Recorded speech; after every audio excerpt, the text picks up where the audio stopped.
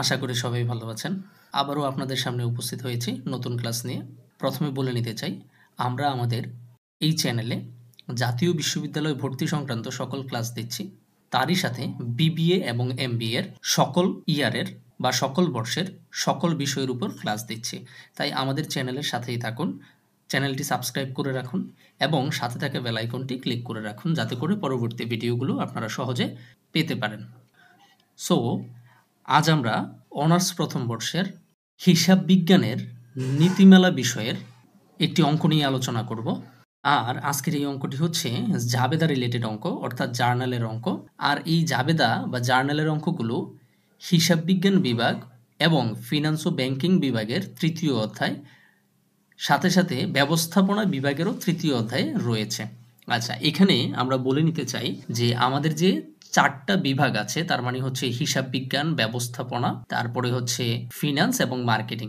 এই চার বিভাগেরই সকল বিষয়ের সকল ক্লাস আমরা দেব। সো যেহেতু এই হিসাব বিজ্ঞানের নীতিমালা আমাদের হিসাব বিজ্ঞান বিভাগ, ফিনান্স ও ব্যাংকিং বিভাগ এবং ব্যবস্থাপনা বিভাগে আছে, সেহেতু আমরা প্রত্যেক বিভাগের এই হিসাব বিজ্ঞানের নীতিমালা বিষয়ের যে অঙ্কগুলো আছে এগুলো আলাদা আলাদা করে না দিয়ে এভাবে একসাথে দিয়ে দেব এবং আমরা উল্লেখ করে দেব কোন অঙ্কটা কোন বিভাগের কত নাম্বার অধ্যায়ে আছে। তার কারণটা হলো, এই যে কিছু কিছু অঙ্ক আছে যেটা নাকি হিসাব বিজ্ঞান এবং ফিনান্স ও ব্যাংকিং বিভাগের এক অধ্যায়ে থাকে, সেটা আবার ব্যবস্থাপনা বিভাগের অন্য অধ্যায়ে থাকে। তাই আমরা স্টুডেন্টরা বুঝতে যেন সুবিধা হয়, সেজন্য আমরা এভাবে উল্লেখ করে দেব যে কোন বিভাগের জন্য এই অঙ্কগুলো কোন অধ্যায়ে আছে। যাই হোক, আজকে আমরা যেহেতু জার্নালের একটি অঙ্ক নিয়ে আলোচনা করব, আর যেহেতু আপনারা জার্নালেরই একটি বেসিক ক্লাস পূর্বে করেছেন, অথবা আমরা উপরে লিংক দিয়ে দেব যেখান থেকে আপনি ওই পূর্বের ক্লাসগুলো করে নিতে পারেন। অবশ্যই আপনাকে পূর্বের ক্লাসটা বা বেসিক ক্লাসটা করে আসতে হবে।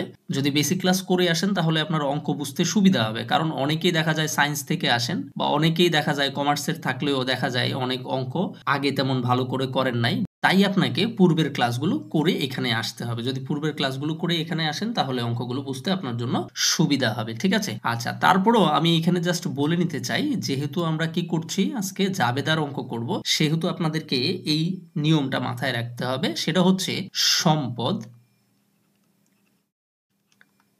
ব্যয় এবং কি উত্তোলন, এই তিনটা জিনিস যদি, সম্পদ মানে হচ্ছে অ্যাসেট, ব্যয় মানে হচ্ছে এক্সপেন্স, এক্সপেন্সের ই, আর উত্তোলন মানে হচ্ছে ড্রয়িংস, ড্রয়িংসের হচ্ছে ডি, এই তিনটা উপাদান বৃদ্ধি যদি পায় তাহলে হবে ডেবিট, আর যদি হ্রাস পায় তাহলে হবে ক্রেডিট।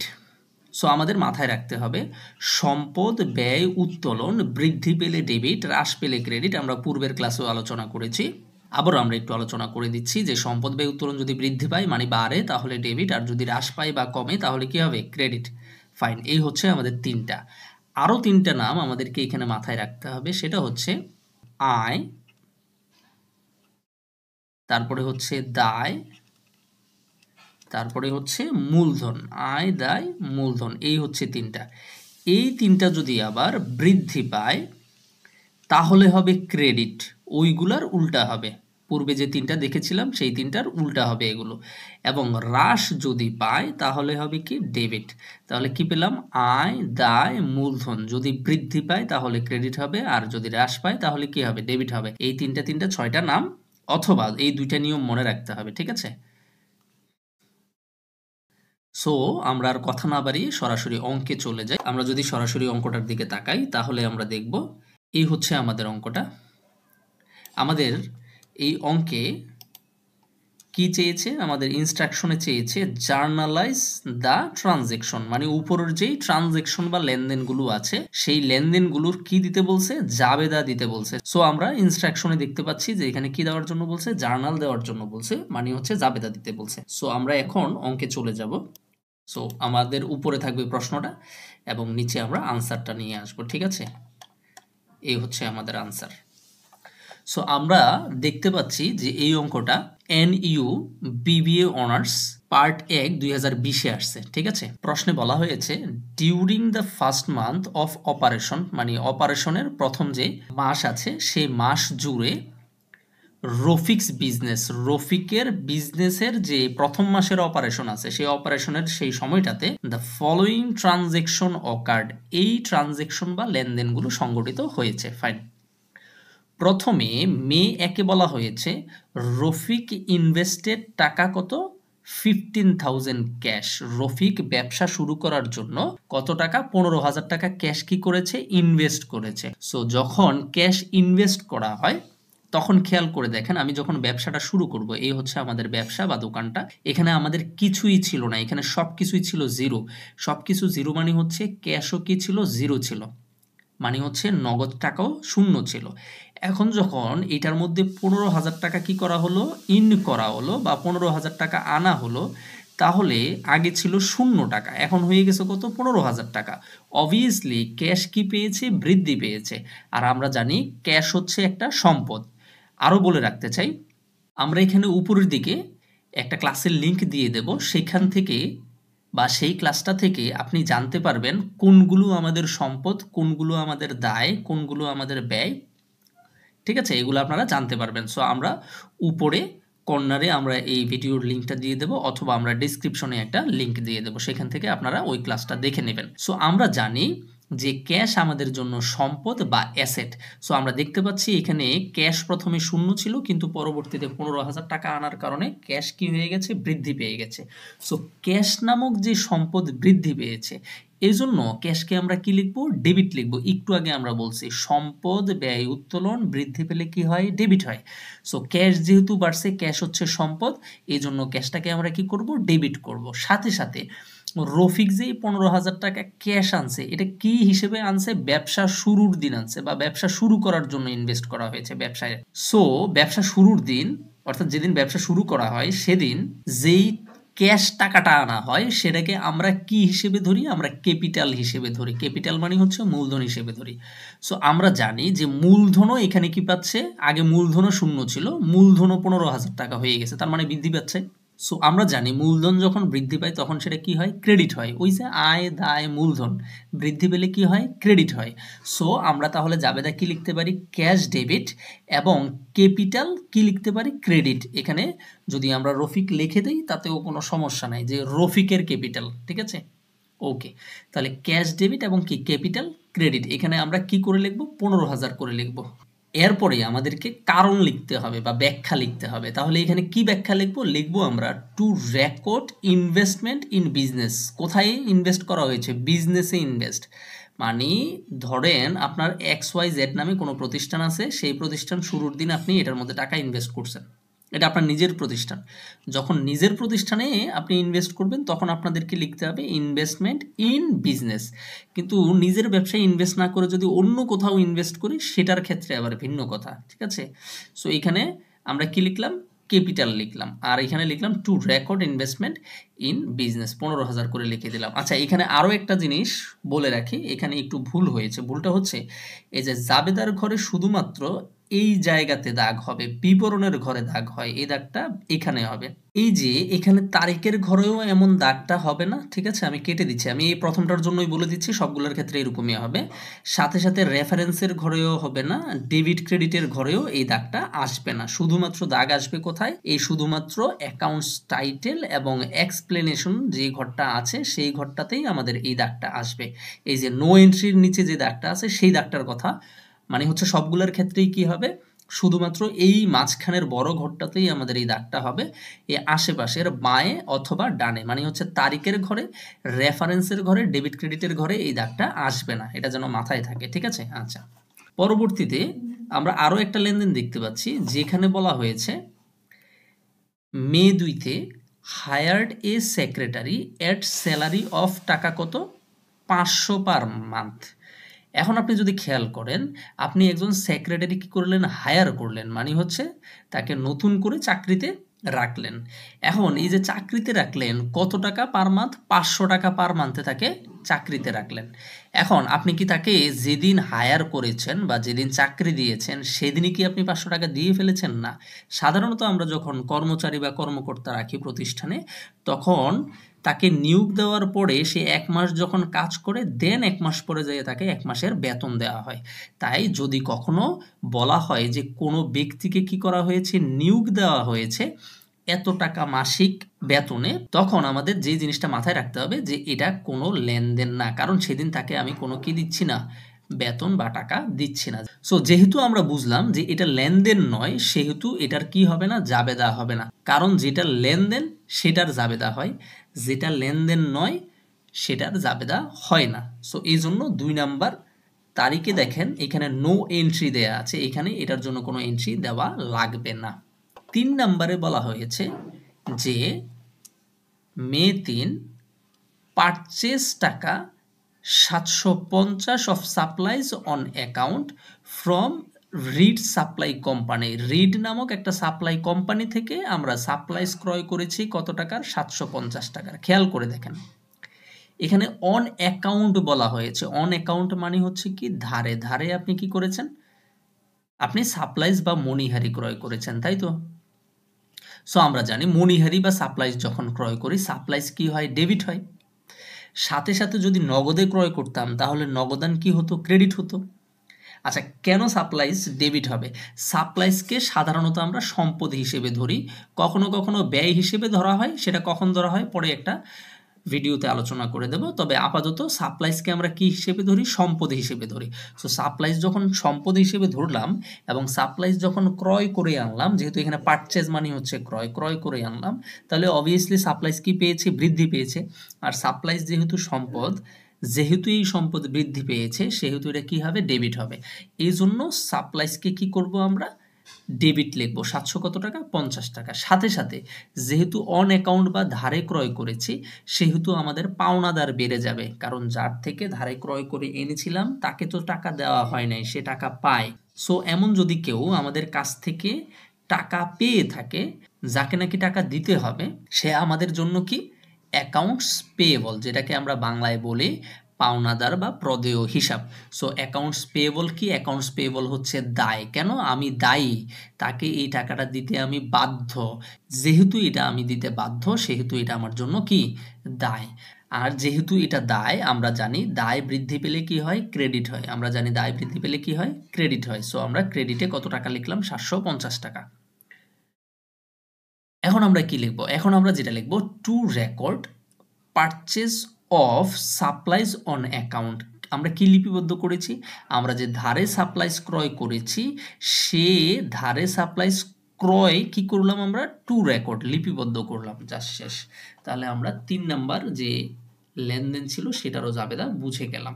তারপরে মে 11তে বলা হয়েছে completed an assignment and billed client টাকা 550 for service rendered। তার মানে হচ্ছে আপনি সার্ভিস দিয়েছেন, কাকে দিয়েছেন, ক্লায়েন্টকে দিয়েছেন, এবং তাকে সার্ভিস দেওয়ার পরে সে টাকা দেয় নাই, তাকে কি দেওয়া হয়েছে, বিল করা হয়েছে। এটা হচ্ছে আপনার বকেয়া আয়। কি আয়, বকেয়া আয়। ফাইন। এখন একটা জিনিস খেয়াল করেন, যদি আপনি সার্ভিস দেওয়ার সাথে সাথে নগদ পেয়ে যেতেন, আপনি নগদানকে কি করতে পারতেন, ডেবিট করতে পারতেন। সো আজকে আমরা নগদানকে কি করব না, ডেবিট করতে পারবো না। যেহেতু আপনি সার্ভিস দিয়েছেন কিন্তু সে টাকা দেয় নাই, তার মানে আপনি তার কাছে টাকা পান, সে আপনাকে টাকা দিতে বাধ্য। সো আপনি যদি অন্য কারো কাছে টাকা পেয়ে থাকেন, সেক্ষেত্রে সেই ব্যক্তিটা আপনার জন্য হবে অ্যাকাউন্টস রিসিভেবল। সেই ব্যক্তিটা আপনার জন্য কি হবে, অ্যাকাউন্টস রিসিভেবল। সো আমরা অ্যাকাউন্টস রিসিভেবলকে কি করব, ডেবিট করব। কেন ডেবিট করব, কারণ অ্যাকাউন্টস রিসিভেবল হচ্ছে সম্পদ, অ্যাকাউন্টস রিসিভেবল হচ্ছে কি, সম্পদ। আর এই সম্পদটা বৃদ্ধি পেয়েছে। আগে আপনি কারো কাছে টাকা পেতেন না, আগে আপনি যাদের কাছে টাকা পেতেন, কত টাকা পেতেন, 0 টাকা, অর্থাৎ কারো থেকেই আপনি টাকা পেতেন না। এখন আপনি এআর মানে হচ্ছে অ্যাকাউন্টস রিসিভেবল নামক যে সম্পদ আছে, তার থেকে আপনি কত টাকা পান, 550 টাকা। সো এই জন্য আপনি অ্যাকাউন্টস রিসিভেবলকে কি করবেন, ডেবিট করবেন। এই যে আমরা 11 তারিখে দেখতে পাচ্ছি অ্যাকাউন্টস রিসিভেবল দেখতে পাচ্ছি কত, 550 টাকা কি করা হয়েছে, ডেবিট করা হয়েছে। সাথে সাথে যেহেতু সার্ভিস দিয়েছি আমরা, সার্ভিস মানে হচ্ছে সেবা, আর যেই আয়টা হয়েছে সেটা হচ্ছে কি, সেবা আয়। আমরা জানি আয় যখন বৃদ্ধি পায় তখন সেটা কি হয়, ক্রেডিট হয়। ওই যে আয় দায় মূলধন, আয় দায় মূলধন যখন বৃদ্ধি পায় তখন কি হয়? ক্রেডিট হয়। সেহেতু এখানে সার্ভিস রেভিনিউ কি হবে? ক্রেডিট হবে কত টাকা? 550 টাকা, দুইটাই 550 টাকা। আমরা এখানে লিখব completed an assignment and billed client for service rendered, সামনে দিয়ে আমরা চাইলে টু রেকর্ড লিখতে পারি, two record completed an assignment and billed client for service rendered। Okay fine. তারপরে আমাদেরকে 12 নম্বর প্রশ্নে বলা হয়েছে যে রিসিপ্ট টাকা 1750, অ্যাডভান্স আপনি 1750 টাকা কি করেছেন? গ্রহণ করেছেন on a management consulting engagement.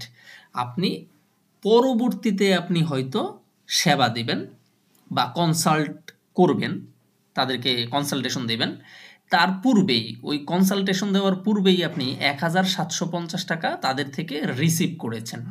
আচ্ছা যাই হোক, প্রথমে আমরা আগে দেখি, যেহেতু আমরা ক্যাশ রিসিভ করেছি, ক্যাশ মানে হচ্ছে নগদ, ক্যাশ এখন আমার কাছে বাড়ছে কিনা, কারণ ক্যাশ যখনই আসে আমাদের কাছে তখনই ক্যাশ বাড়ে, যখন চলে যায় তখনই ক্যাশ কমে। সো ক্যাশ যেহেতু আসছে সেহেতু এটা বৃদ্ধি পেয়েছে, আর ক্যাশ হচ্ছে একটা সম্পদ, যেহেতু ক্যাশ নামক সম্পদ বৃদ্ধি পেয়েছে, সো এই ক্যাশ নামক সম্পদকে আমাদেরকে কি করতে হবে? ডেবিট করতে হবে, কারণ আমরা জানি সম্পদ বৃদ্ধি পেলে কি হয়? ডেবিট হয়। সাথে সাথে এখানে আমরা দেখতে পাচ্ছি যে আমি এখনো পর্যন্ত তাদেরকে সেবা দেই নাই, যেহেতু আমি সেবা দেই নাই সেহেতু এটাকে আমার অনুপার্জিত আয় হিসেবে লিপিবদ্ধ করতে হবে। কি হিসেবে? অনুপার্জিত আয় হিসেবে। সো অনুপার্জিত আয়কে আমরা ইংরেজিতে বলি আর্নার্ড রেভিনিউ। তাহলে আমরা কি পাচ্ছি? ক্যাশকে ডেবিট করব, এই যে এখানে আমরা দেখতে পাচ্ছি ক্যাশ ডেবিট, আর হচ্ছে আর্নার্ড সার্ভিস রেভিনিউ অথবা আর্নার্ড রেভিনিউ, সার্ভিস রেভিনিউ লেখা যাবে। আর্নার্ড সার্ভিস রেভিনিউ কত টাকা? 1750 টাকা করে, ঠিক আছে। আচ্ছা, আমরা ডেবিট ক্রেডিট কিভাবে বুঝবো? আমরা এখানে দেখতে পাচ্ছি যে ক্যাশটা একটু বাঁ পাশে আছে, এই জন্য এটা ডেবিট, আর ক্রেডিটগুলা দেখেন একটু ডান পাশে থাকে। যে ক্যাশের সোজাসুজি লেখার কথা ছিল না, না কিন্তু লেখা হয় নাই, একটু ডানে নিয়ে লেখা হয়েছে। যখনই আপনি দেখবেন যেই কোনো দফা যখন ডানে নিয়ে লেখা হয় তখন বুঝতে হবে এটা হচ্ছে ক্রেডিটের দফা, ঠিক আছে। ওকে ফাইন, তাহলে আমরা এখানে কি লিখবো? ক্যাশ ডেবিট আর্নার্ড সার্ভিস রেভিনিউ কি লিখবো? ক্রেডিট লিখবো। কারণ হিসেবে লিখবো টু রেকর্ড রিসিপ্টস, মানে হচ্ছে রিসিভ করেছি, advanced management consulting engagement. Fine. আমরা আর সর্বশেষ একটা জাবেদা আছে, সেই জাবেদা আমরা দেখে নেব। আমরা এখানে দেখতে পাচ্ছি মের 31-এ বলা হয়েছে paid 40% of balance due Reed supply company. আমি পেইড করেছি, পরিশোধ করেছি। কাকে পরিশোধ করেছি? আমরা যদি একটু উপরের দিকে তাকাই, এই যে 3 তারিখে আমরা কি করেছিলাম? পারচেজ করেছিলাম। এই যে 3 তারিখে আমরা পারচেজ করেছিলাম, দেখেন তো 3 তারিখে আমরা পারচেজ করেছিলাম কত টাকার? 750 টাকার মণিহারি আমরা কি করেছিলাম? ক্রয় করেছিলাম, তাই তো। 750 টাকার ধারে, অন অ্যাকাউন্ট, এই যে অন অ্যাকাউন্ট ধারে, যেহেতু ধারে ক্রয় করেছিলাম তখন এটার জাবেদারা আমরা 3 তারিখে কি দিয়েছিলাম দেখেন তো, একটু আবার দেখে নেই আমরা। হ্যাঁ, 3 তারিখে কি দিয়েছি? এই যে এখানে আমরা দেখতে পাচ্ছি সাপ্লাইজ ডেবিট দিয়েছি, আর অ্যাকাউন্টস রিসিভেবল কি দিয়েছি? ক্রেডিট দিয়েছি। এখন অ্যাকাউন্টস পেয়েবল ক্রেডিট দিয়েছি। এখন এই 750 টাকার মধ্যে আমি 40% কি করেছি? পরিশোধ করে দিয়েছি। এখন আমাকে ক্যালকুলেশন করে বের করতে হবে যে 750 টাকার 40% কত? 750 টাকার 40% কত, ঠিক আছে। সো 750 টাকার 40% যদি হয় তাহলে 75-এর সাথে যদি 4 দিয়ে গুণ দেই, 4 75-এ কত হয়? 300 হয়। তার মানে 300 টাকা আমরা কি করেছি? পরিশোধ করেছি। ফাইন। এখন তাইলে আমরা জাবেদা কি দেব? যেহেতু পরিশোধ করেছি তাহলে ক্যাশ কি হয়ে যাবে? ক্যাশ চলে যাবে, ক্যাশকে ক্রেডিট করতে হবে। ক্যাশ হচ্ছে আমাদের সম্পদ, সম্পদ হ্রাস পাবে তাই ক্রেডিট করব। কিন্তু তাহলে ডেবিট করব কি? এই ডেবিট করতে হবে আমাদের, এই যে দেখেন এখানে যে অ্যাকাউন্টস পেয়েবল ছিল, তখন যখন আমরা 3 তারিখে ক্রয় করেছিলাম ধারে, তখন অ্যাকাউন্টস পেয়েবল কি পেয়েছিল? বৃদ্ধি পেয়েছিল। আগে ছিল ধরে নিলাম আমরা 0 টাকার অ্যাকাউন্টস পেয়েবল ছিল, পরে কত টাকার অ্যাকাউন্টস পেয়েবল হইল? 750 টাকার।